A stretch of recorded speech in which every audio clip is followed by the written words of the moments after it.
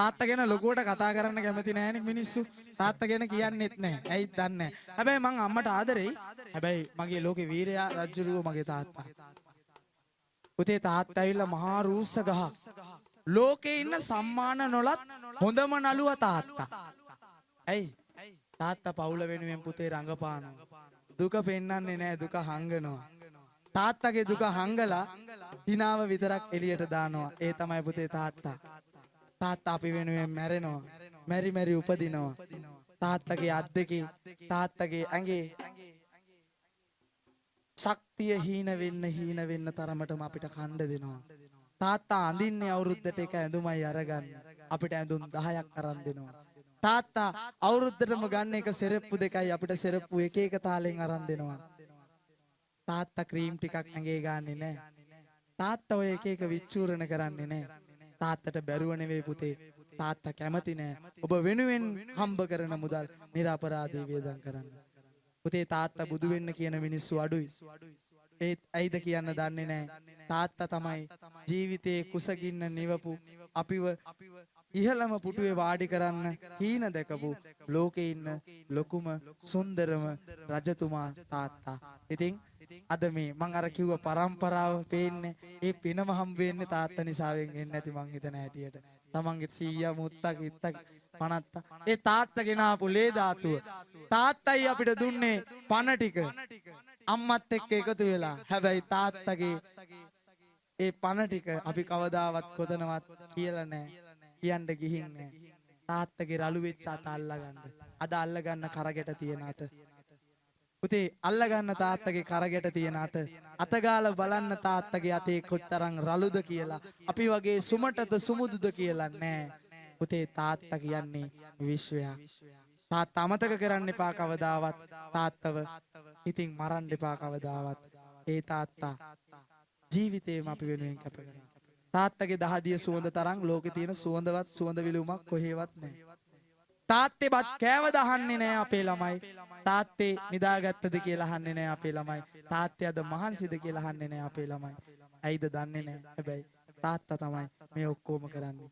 අද ඔයා ඇඳන් ඉන්න ඔය ඇඳුමේ සම්පූර්ණ අයිතිය තියෙන්නේ නිර්මාණ අයිතිය මහේෂ් කොස්ටියුම් අයියා අපි මතක් කරනවා. හැබැයි ඔය කොස්ටියුම් එක යාට ඔහොම කරන්න යන පිරිවැය දරුවේ ඔයාගේ තාත්තා. ඔයාගේ තාත්තගේ දුක් මහන්සියේ දාඩිය සුවඳ ඔය ඇඳුමේ තියෙනවා. ඒක නිසා ඔය ඇඳුම පණටත් වඩා පරිස්සම් කරන්න. එදාට තාත්තත් ඒ වගේ රැක්කහා සමානයි. එහෙනම් මේ අපි වෙනුවෙන් මැරෙන අපිව පෝෂණය කරන අපි වෙනුවෙන් ජීවිතේ ලොකු හීන දකින අපිව කවදාවත් අතරමං නොකරන කොච්චර ගැහුවත් බැන්නත් එයා අපිව හැමදාම රකින්න ලෝකේ ඉන්න මහා විරුවා මහා රජතුමා තමන්ගේ තාත්තා වීරයා එයාව කවදා හරි දවසක පුළුවන් නම් රජ කරවන්න එයාව බුදු වෙන්න ප්‍රාර්ථනා කරන්න. බුදු වෙච්ච තාත්තගෙන් වනහලා ඔගොල්ලොත් නිවන් යන්න ප්‍රාර්ථනා කරන්න.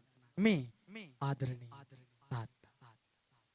ඊයන් ඇත පිටිසරගම් වලට පියා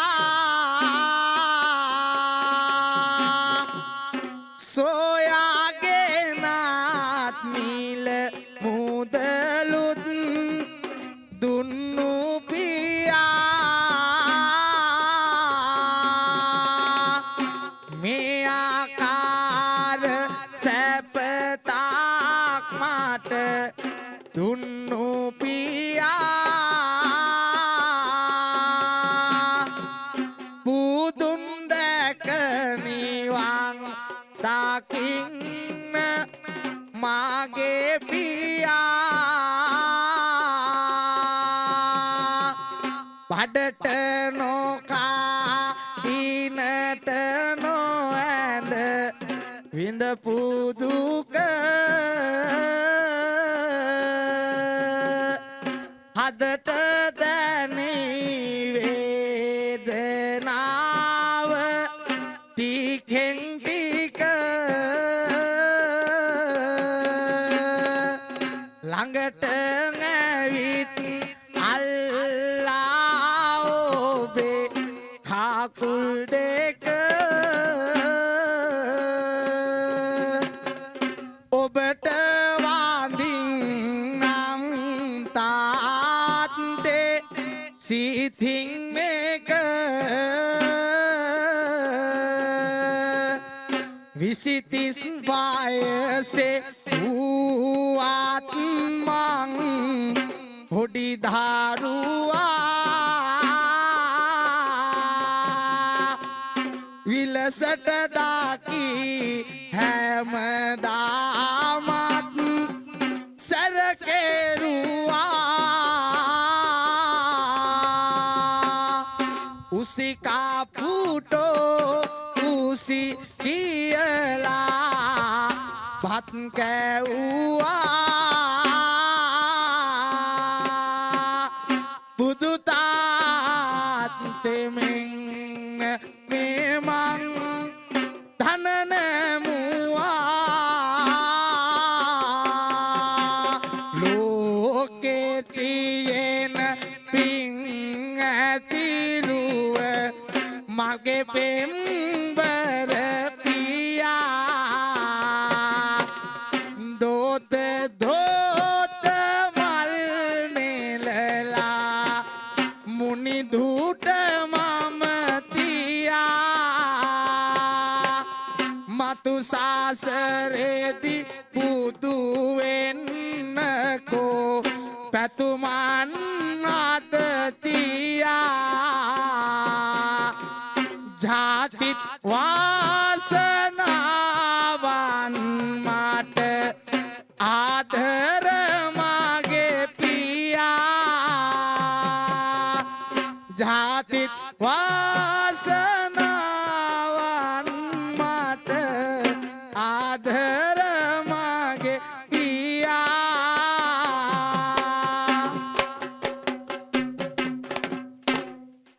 හොඳයි මං තාත්තා ගැන ගොඩාක් කියන්න යන්නේ නැහැ. හැමෝගේ ගාවම තාත්තා හිටගෙන ඉන්නේ නැතුණාම ගොඩක් අමාරුයි. ඒක දන්නේ දරුවෝ විතරයි.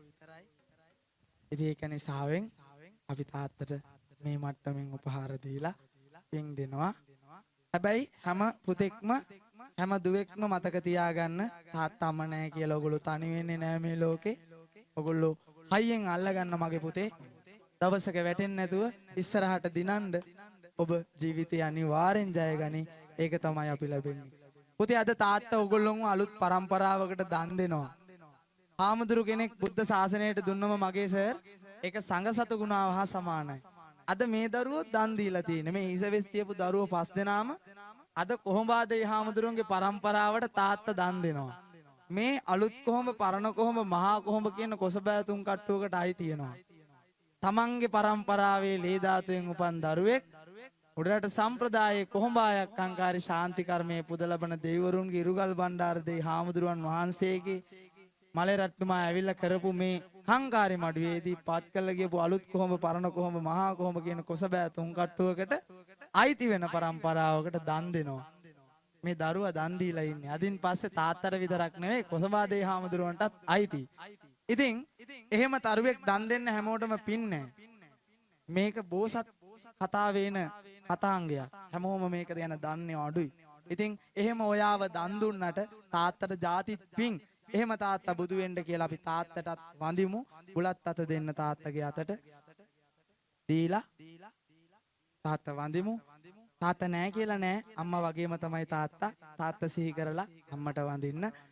උද්දිකාරෝ අලින්ගිත්වා චුම්බිත්වාපිය පුත්තකං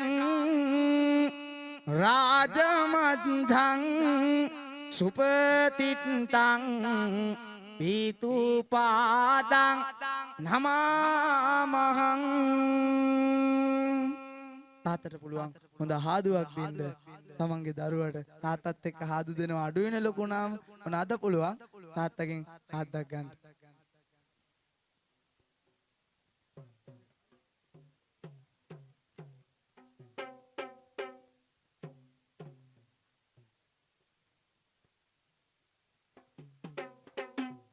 හරි අපි තාත්තා වෙනුවෙන් නටන්න ඕන.